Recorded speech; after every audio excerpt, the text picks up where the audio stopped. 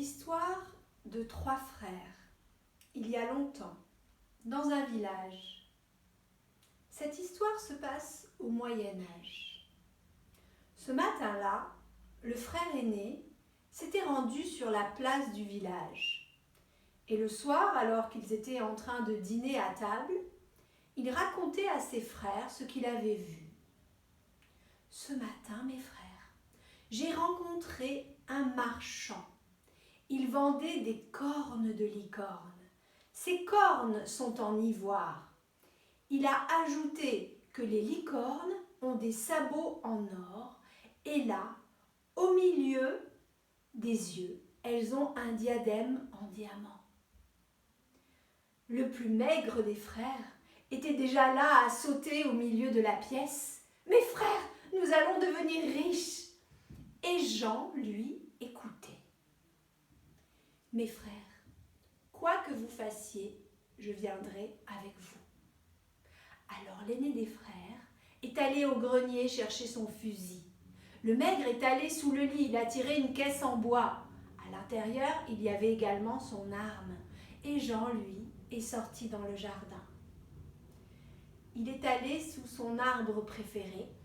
Il a regardé quelle branche était sur le point de tomber et il l'a prise. Il s'est fabriqué un bâton de marche. Le lendemain matin, les 3 frères étaient prêts.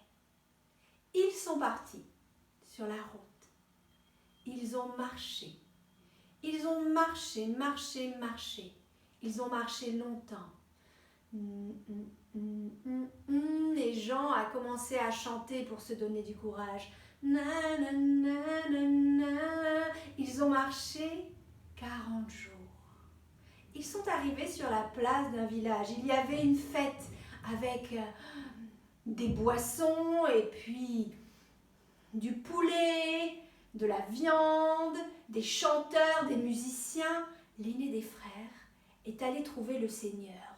« Mon Seigneur, mon bon Seigneur, nous n'avons pas mangé depuis si longtemps. Pouvons-nous profiter de cette abondance ?»« Oh, vous êtes les bienvenus, messieurs !» Ces 3-là se sont régalés toute la journée à manger, à danser. Et le soir même, l'aîné des frères avait le cœur qui battait pour une jeune fille, si bien que le lendemain matin, il n'a pas continué la route. Il est resté là.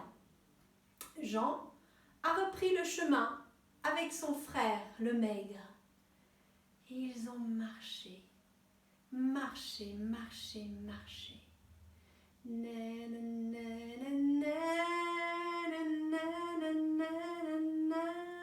Ils chantaient pour se donner du courage.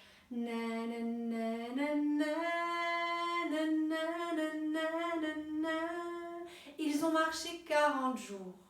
Ils sont arrivés dans un hameau. Le maigre ne tenait plus sur ses jambes. Ses jambes tremblaient. Il n'avait plus de force. Il a cherché au fond de son sac sa bourse et il a sorti ses économies. Il a regardé Jean. « Mon frère Jean, je ne peux plus continuer. Je suis épuisée, fatiguée. Je vais m'arrêter là, je vais m'acheter une maison et je vais faire ma vie ici. » Et c'est ce qu'il a fait. Le lendemain matin, Jean a repris la route tout seul. Sur son épaule, il avait le fusil que son frère lui avait donné. Et dans sa main, il avait son bâton de marche. Il a marché.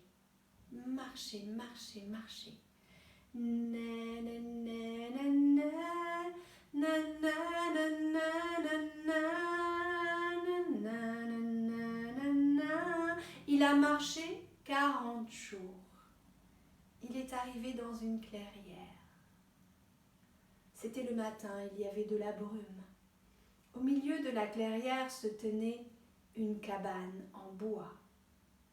Il s'est approché, la porte était entr'ouverte. Ça sentait bon, ça sentait la soupe. Il a poussé la porte et là il y avait un vieil homme en train d'éplucher des légumes à à côté d'un immense chaudron. « Oh, voyageur, quel bon vent t'amène !» Jean s'est assis à ses côtés. « Oh, mon bon monsieur, je marche depuis si longtemps. Mes frères ont abandonné l'aventure et me voilà seule maintenant à la recherche de la licorne, mais je ne trouve pas le pays. Peut-être vous pouvez m'aider, peut-être vous connaissez ce pays. » « Oh, le pays de la licorne. Il te faudra traverser le feu, puis l'eau, la glace et la nuit noire. Et peut-être, tu trouveras ce pays.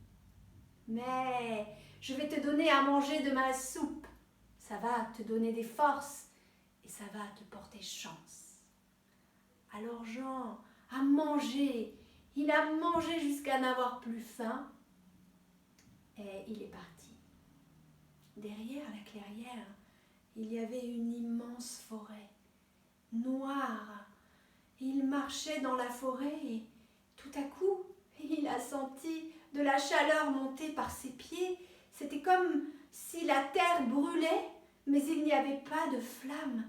Et tout à l'intérieur de son corps, ça brûlait. Et il avait chaud, il ne savait pas du tout quoi faire et il avait peur. Alors il a couru. Il courait, et ça brûlait dans son cœur, ça brûlait dans sa tête et il criait. Il a couru, il est sorti de la forêt et là il a vu un immense lac. Il a plongé. L'eau est venue apaiser toutes ses brûlures. L'eau était tellement bonne, elle était fraîche. Il nageait paisiblement maintenant dans le lac, mais ce lac n'avait pas de fin. Il était infini. Alors Jean, après avoir nagé ainsi longtemps, il était fatigué. Il s'est allongé sur le dos et il regardait le ciel.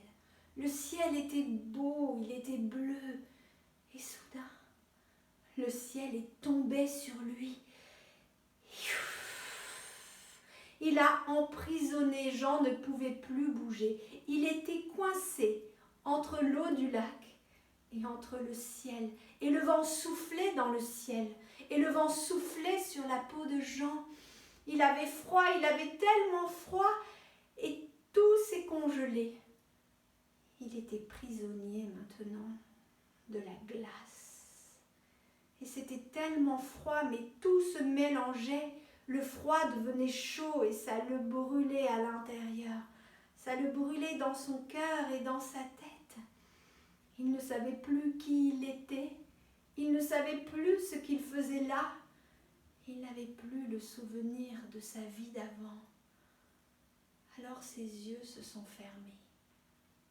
Tout est devenu noir. Une nuit noire, infinie, sans début ni fin. Jean ne pensait plus, il ne savait plus rien. Ça a duré.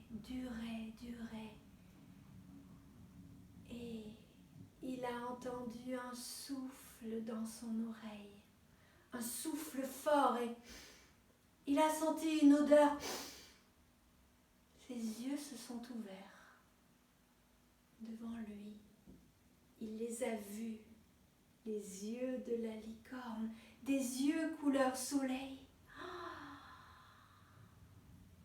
Il a baissé son regard. Il a vu ses sabots en or et son diamant au milieu du front. La licorne l'a aidé à monter sur son dos. Il se tenait à sa crinière. Et lui, il n'avait plus rien sur le corps, plus d'habits, il était nu, complètement nu. Et la licorne, elle a galopé sur terre. Elle galopait. Et puis elle s'est envolée dans le ciel. Et elle a traversé le soleil.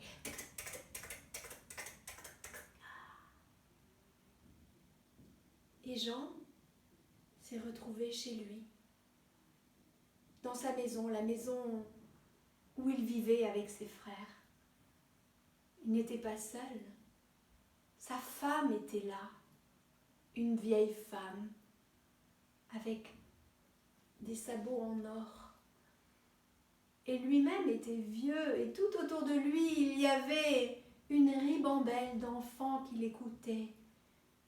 Et il était en train de raconter l'histoire de la licorne et tout ce qui lui était arrivé. Et un des enfants a posé une question. Il a demandé si la licorne, elle existait. Et Jean lui a dit oui. Je suis né de l'eau, du feu. Je suis né du feu, de l'eau. Je suis né de l'air, de la terre. Je suis né de la terre, de feu. Je suis né de l'eau.